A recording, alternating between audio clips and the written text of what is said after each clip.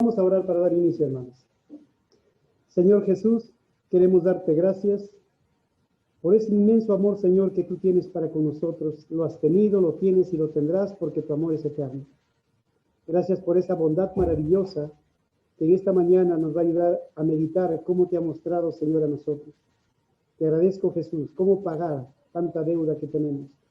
Cómo pagar, Señor, tanto amor que nos has derramado sobre nosotros. Infinitamente gracias, mi Jesús, y ayúdanos a meditar con tu palabra en esta mañana. En tu mismo nombre, porque no hay otro nombre en quien podamos pedir. Amén. Muy bien, hoy me toca predicar sobre este título que de repente muchos lo han repetido y veo yo en el WhatsApp y veo yo a través de las redes entre la familia cristiana en momentos difíciles animándose y diciendo Dios es bueno. Yo sé que el atributo de Dios es bueno, ya se predicó, ¿no? Pero hoy lo que quiero hablar es cómo se muestra que Dios es bueno. No sé, algunos habrán escuchado, quizá habrán leído la biografía de George Muller. Este hermano fue un hombre que nació en 1805 y murió en 1898. Su juventud fue muy liberal, que terminó incluso preso por unos días, y ahí meditó mucho sobre su vida por ser desordenado, aun cuando su padre le quería apoyar mucho, ¿no?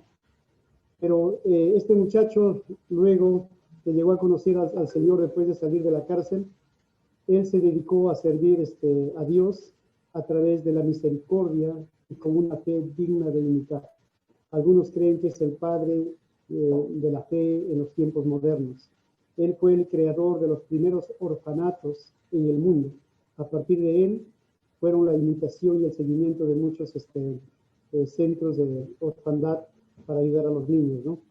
George Muller, no quiero hablar tanto de su obra, su misericordia y de la fe que él tuvo, que es muy grande su biografía y muy bonita.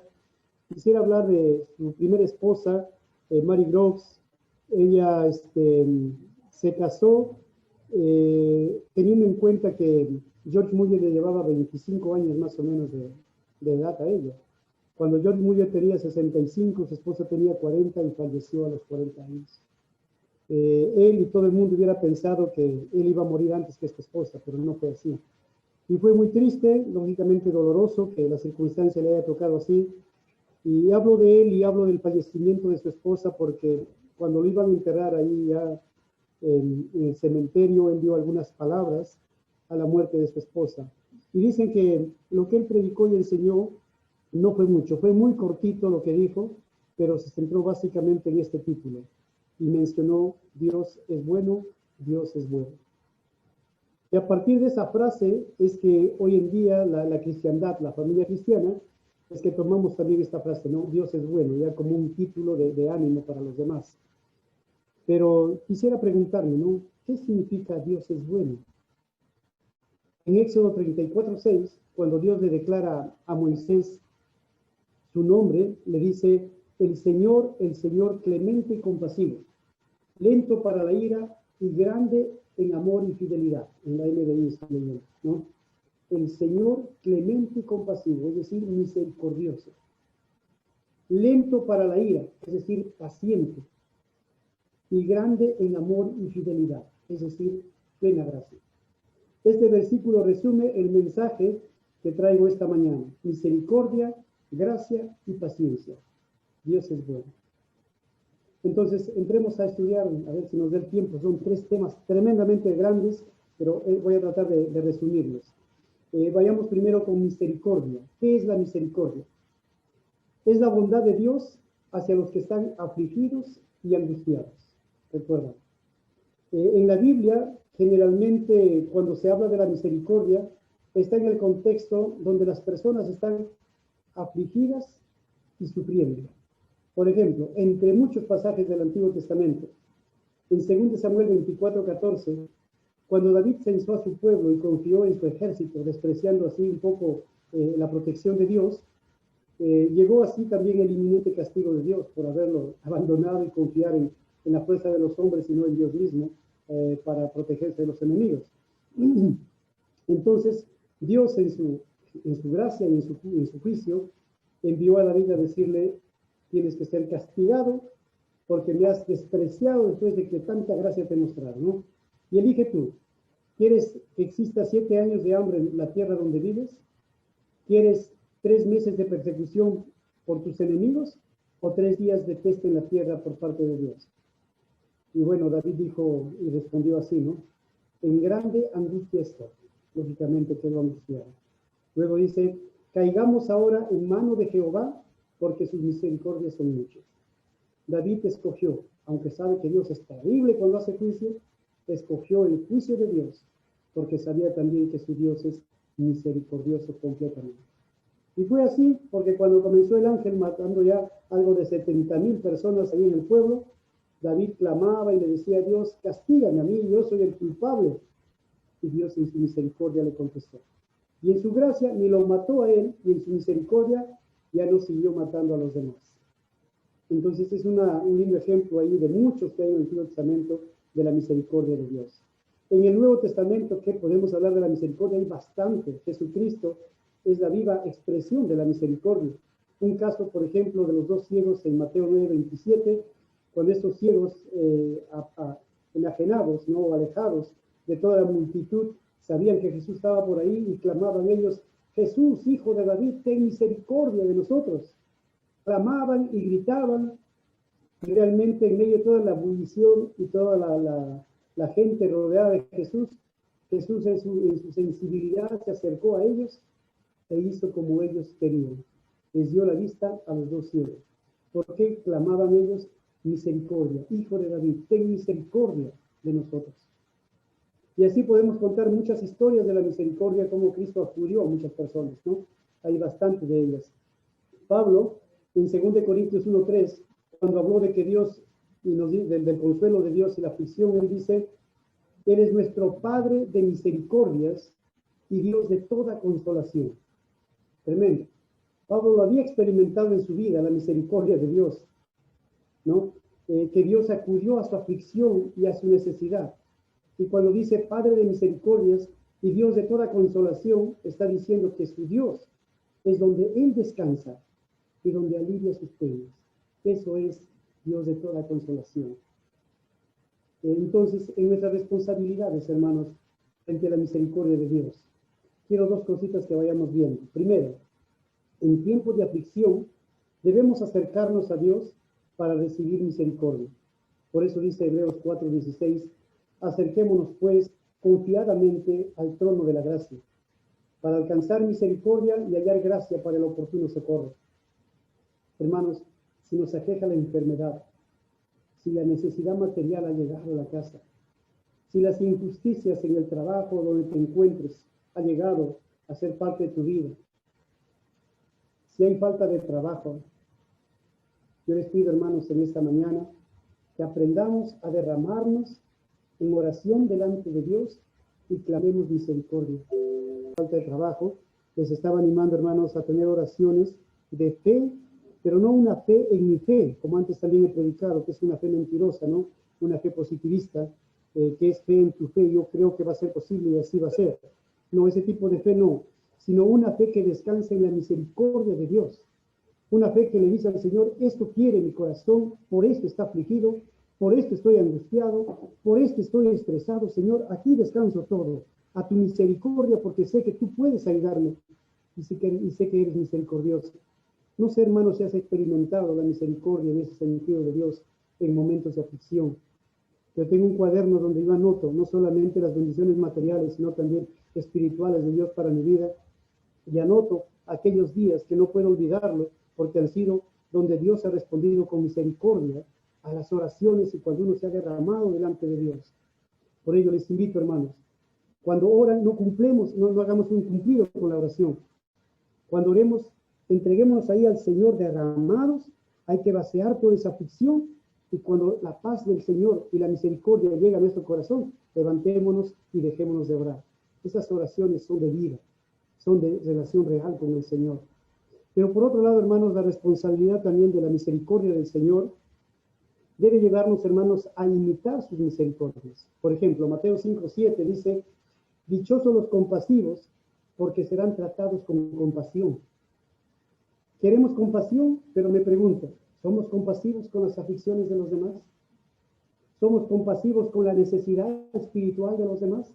¿Soy compasivo con mi familiar o mi amigo que sé que no conoce la misericordia de Dios y quiero que conozca? Más allá de que hablar de Dios para que se convierta en evangélico, venga a la iglesia, no, eso es secundario, eso Dios obrará. Hablemos a los demás porque necesitan conocer de Dios la misericordia de Dios. Si supieran cuán misericordioso y cuánta bendición hay al experimentar las misericordias del Señor, quizá vamos a estar más animados en compartir lo bueno que es Dios. Según de Corintios 1:4, Pablo también dice, el cual nos consuela en todas nuestras tribulaciones para que nosotros también podamos consolar a los que están en cualquier tribulación. Miren, hermanos, cuando Dios nos hace pasar por momentos difíciles y nos ha hecho experimentar su misericordia, pues recordemos también que nos está capacitando para que nosotros podamos consolar a otros, así como Dios nos ha consolado. Y saben que la misericordia es tan importante para Dios que Jesucristo dijo en Mateo 9:13, no quiero que te involucres sacrificadamente en mi obra si no tienes misericordia. Claro, son en palabras de Willy, ¿no? Porque el texto en sí dice, id y aprended lo que significa misericordia quiero y no sacrificio. ¿Verdad que ese texto siempre me ha llamado la atención? Porque ese texto y ese llamado de Jesús a nosotros a vivir en misericordia en nuestro corazón y en nuestro diario vivir, hace la diferencia entre lo que es la iglesia y lo que es el activismo o una ONG. Hay ONGs que sirven y hacen mucha actividad y bien social, pero la diferencia con la iglesia es que esa actividad de compartir con los necesitados o bien social va acompañado de un corazón misericordioso. Y por eso toda obra que emprendemos, hermanos, pensemos, ¿lo hago con misericordia o lo hago para apariencia o lo hago por activismo? Que Dios nos ayude, hermanos, a meditar en esto de la misericordia. Hay mucho que hablar. Segundo, la gracia. ¿Qué es la gracia? Es mucho más profundo. La gracia es la bondad de Dios a los que merecen solo castigo. Es decir, hay una persona sentenciada, castigada y merece que realmente le caiga todo el peso de la ley. Y cuando a esa persona, en vez de darle castigo, le muestras bondad, eso es gracia. Y este favor que Dios nos hace a nosotros, hermanos, no lo hace obligado, siempre lo hace voluntariamente. Cristo Jesús no habló directamente de la gracia, pero lo testificó siempre.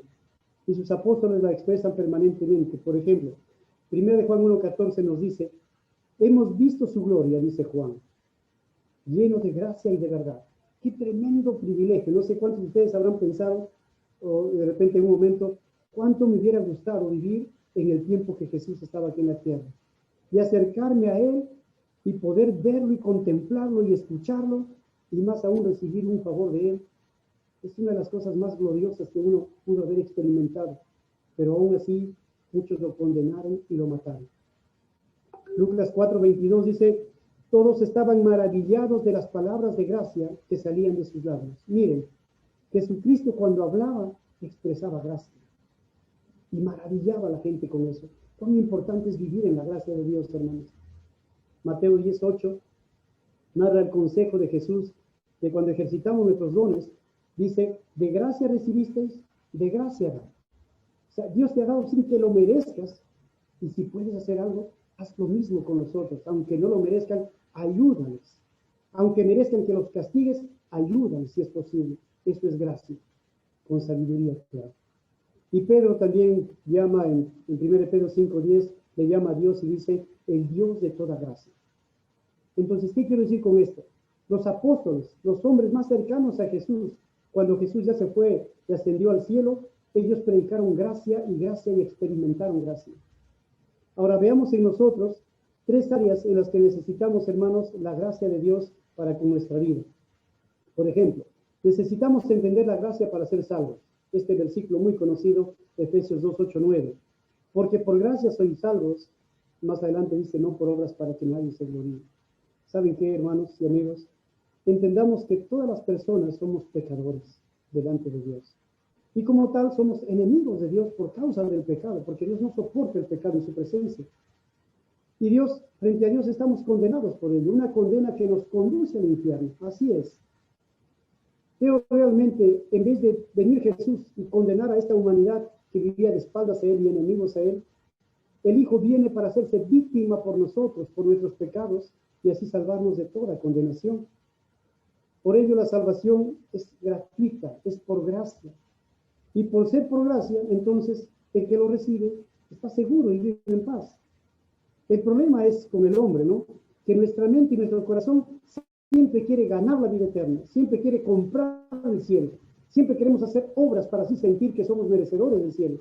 Esto es confiar en mis obras. Y dice ahí Efesios, no por obras para que nadie se gloríe, es por gracia.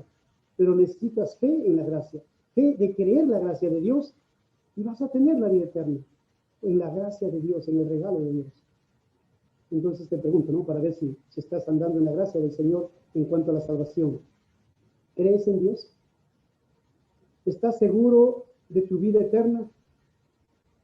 Si mueres hoy, ¿irás al cielo? Depende qué respuesta des para saber si la salvación la estás entendiendo con gracia o con fuerza humana. Segundo, necesitamos la gracia para vivir la vida cristiana, hermanos. Pablo en todas sus cartas, me ha sorprendido revisar esto, todas las cartas de Pablo terminan diciendo, la gracia de nuestro Señor Jesucristo sea con todos nosotros. E incluso Hebreos termina con la misma frase, y por eso algunos creen que Hebreos fue escrito por Pablo, porque termina con la misma frase, la gracia de nuestro Señor Jesucristo sea con todos, es decir, un llamado a la iglesia a vivir en la gracia de Dios. Y Pablo también dice en 1 Corintios 5:10 de su propia experiencia, por la gracia de Dios soy lo que soy. El éxito de lo que logres depende de la gracia de Dios, no de tu habilidad. Dios no te usa porque eres el mejor. Dios realmente no te bendice porque estás haciendo las cosas correctamente y estás agradándole. Dios te bendice y te ha dado habilidades, dones, talentos por pura gracia, porque ha querido dártela, porque en sí no merecemos nada. Pregunto, ¿tu vida cristiana vive en la gracia de Dios? Hermanos, vivir en la gracia de Dios te hará tener cambios concretos en tu vida. Por ejemplo, te enseñará a apreciar mejor lo que Dios te ha dado. Te ha dado la vida, te ha dado la familia, tus hijos, te ha dado una familia cristiana, donde quiera que vayas hay hermanos en Cristo. Te ha dado la salud, te ha dado la salvación, te ha dado la oportunidad de servirle aún cuando no merecemos eso. Te ha dado la comunión de la iglesia, aunque algunos de repente no valoren, el domingo sea cargado. Cuán importante y cuánta bendición es tener la comunión de la iglesia. Te ha dado la gracia del Señor para también agradecerle, amigos sinceros y verdaderos. ¿Acaso no es una tremenda bendición confiar en ustedes como mis hermanos y mis amigos? Vivir, hermanos, en la gracia te dará cambios concretos a tu vida y te dará paz, seguridad, te quitará los miedos de tu vida. Y acá quiero preguntarte, cuando te menciono la palabra Dios, ¿qué imagen viene a tu cabeza? Por haber estudiado arte, en mi cabeza venía un hombre mayorcito, viejito, canosito, con una barba muy larga y con una cara muy seria, como que siendo un juez. Pero luego aprendí que si quisiera pintar a Dios, yo lo haría a un padre abrazando a sus hijos con mucha ternura y a carcajadas de risa, con un corazón muy tierno, porque así es Dios con nosotros. No un viejito barbón con una mirada seria, sino una madre, un padre que abraza y los hijos saltando sobre la cabeza y despeinándolo y haciéndole cosas, y él ahí paciente, compasivo, amoroso, generoso. Es el Dios que tenemos, hermanos, el Dios de la gracia. Si vivimos en la gracia, hermanos, tendremos un corazón de siervo y no un corazón de juez que juzga a los demás. Vivir en la gracia te enseñará a dar libertad a los demás y dejar que los demás opinen diferente a ti, que obren diferente a ti, y dejarlos en libertad para el Señor y no estar ahí acusándoles porque no son como tú, tan espirituales. A veces me preocupa cuando en una iglesia hay un solo pastor, porque el pastor hace y deshace, y ahí el carácter le puede traicionar porque somos seres humanos con poca gracia. Acá nosotros en la iglesia tenemos un equipo de ancianos y realmente tenemos que aprender a convivir el uno con el otro y a trabajar en equipo.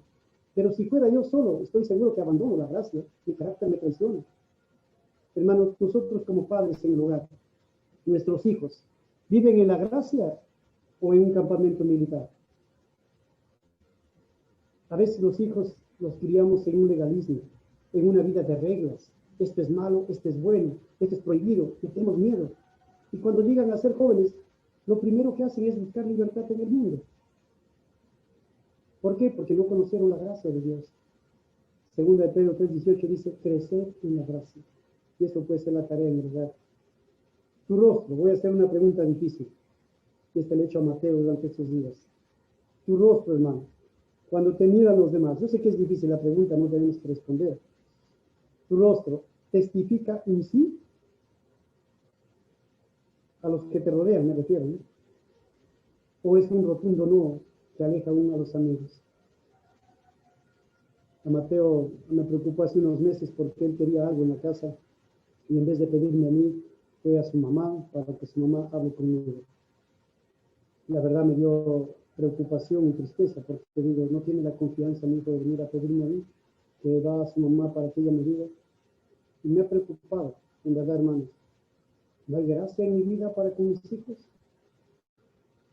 Ahora yo le pregunto, ¿no? Mateo, ¿qué ves en mi rostro? ¿Ves un sí o un no? Yo esperaba que me diga, un sí, papá. Pero Mateo me mira y me dice, depende. Y me desanimó, pero a la vez me confrontó, ¿no? Hermanos, que Dios nos ayude en vivir en la gracia del Señor, en verdad. Cuando en la iglesia hay divisiones, cuando hay mucha fiscalización, cuando hay mucha crítica, es porque estamos perdiendo el sentido de la gracia, la vida de gracia. Y te pregunto, ¿quién guía tu vida? ¿El legalismo o la gracia? ¿Vives en libertad para Dios o estás pendiente de lo que digan los demás? ¿Dejas que otros vivan en libertad o criticas que no son tan espirituales como tú? ¿La malicia está ganando tu gracia? ¿Tu matrimonio experimenta gracia o hay permanente conflicto? Hermanos, vivir en la gracia, hay que tener cuidado también porque necesitamos no malentender la gracia, ¿sí? Porque a veces no se predica de la gracia porque algunos tienen miedo de las malas interpretaciones. Por ejemplo, la gracia no es un cheque en blanco, un permiso para que realmente dejes que las personas hagan lo que quieran. La gracia no es liberalidad, hermanos, sino es para disfrutar lo que Dios nos ha dado. No se debe aprovechar de la gracia para que la vida, hermanos, se practique el pecado. Dejar que hagan lo que quieran. Eso no es gracia, eso es desgracia. No se debe aprovechar, hermanos, la gracia para hacer negocio. Hoy en día, ¿cuántas iglesias, cuántos grupos cobran por los dones que tienen supuestamente de sanidad o de prodigios, señales, milagros? Cobran y la gente corre como si fuera un hospital a pagar la plata al doctor para que lo sane. Eso no es gracia. Romanos 6:14 dice, porque el pecado no se enseñoreará de vosotros, pues no estáis bajo la ley, sino bajo la gracia. Tremenda verdad. Vivir en la gracia es vivir en una constante santificación. Gracia es exigencia ser santo. Gracia es vivir realmente sin fallarle al Señor por amor a Él. Gracia es entender que somos instrumento de justicia y muertos al pecado, pero a la vez es disfrutar de las bondades de Dios. Vivir en la gracia es no querer fallarle al inmenso amor de Dios en la cruz. La gracia, hermanos, no debe llevarte a pecar, sino a disfrutar. Y pasamos al tercer punto, paciencia, para terminar. Paciencia es la bondad de Dios al retener el castigo a los que pecan por un periodo de tiempo. En el Antiguo Testamento hay infinidad de versículos que nos dicen que Dios es lento para la ira. Ya leímos al inicio Éxodo 34:6. Paciente nuestro Dios, lento para la ira. En el Nuevo Testamento, solo quiero tocar un versículo, Romanos 2:4, Pablo nos dice que no debemos despreciar las riquezas de su bondad, la riqueza de su paciencia y la riqueza de su tolerancia de Dios para con nosotros. Es una riqueza en el Señor ser paciente y tolerante. Y si es rico, lo practica y abunda en él. Pero en nosotros, ¿cómo va la paciencia? Bueno, hoy se cortó, yo soy impaciente. Se cortó y, bueno, se cortó pues. Pero que Dios nos ayude, hermanos, a tener paciencia. Y pregunto, si Dios nos pagara cada día según nuestro comportamiento, ¿cuántos estaríamos vivos para la próxima semana? Si actuara realmente con pura justicia y no paciencia. No sé si la próxima semana habrían de repente 5 o 6 miembros de más en la iglesia. La paciencia, hermanos, es mantener la misma fuerza, el mismo buen carácter en los momentos más difíciles de nuestra vida. La paciencia exige confianza momento tras momento en que Dios cumplirá sus promesas y propósitos en nuestras vidas en el tiempo que Él ha escogido. La paciencia nos enseñará a orar sabiendo que a los oídos de Dios llega mi oración y en cualquier momento Él va a cumplir porque yo confío en mi Dios de gracia y de misericordia. Por eso dice también Santiago 5:8, ¿no? Así también ustedes manténganse firmes y aguarden con paciencia la venida del Señor, que ya está cerca. Alguien podrá decir, casi 2000 años y me dices que ya está cerca. Dios es eterno. Obra en su eternidad, en su gracia, en su misericordia y en su paciencia.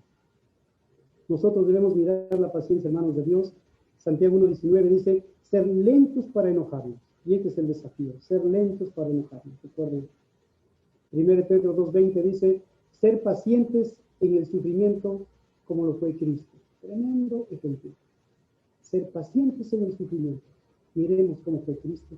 Y ahí está el gran ejemplo.